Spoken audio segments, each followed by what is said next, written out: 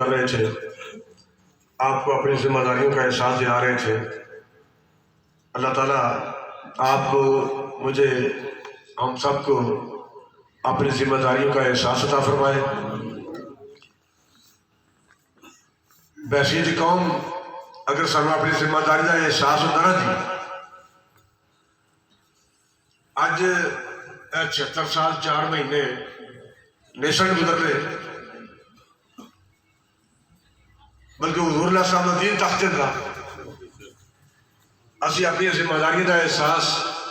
कतल नहीं किया।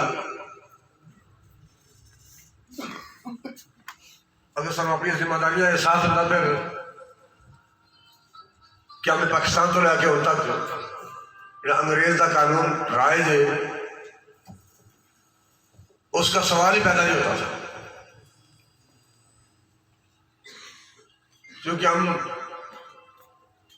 कबूतर की तरह आंख बंद करके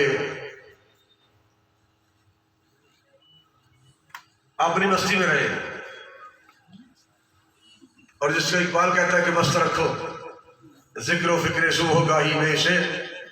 और पुख्ता तर कर दो निजाम खान का ही में से। मेरा भी ताल्लुक आसाने नाल ही है, लेकिन असी वैसी तो कौम कलमा पढ़ने के बाद नबी अलैहिस्सलाम दे दीन नूं तख्ते लियाउण वास्ते तवज्जो नहीं की, बल्कि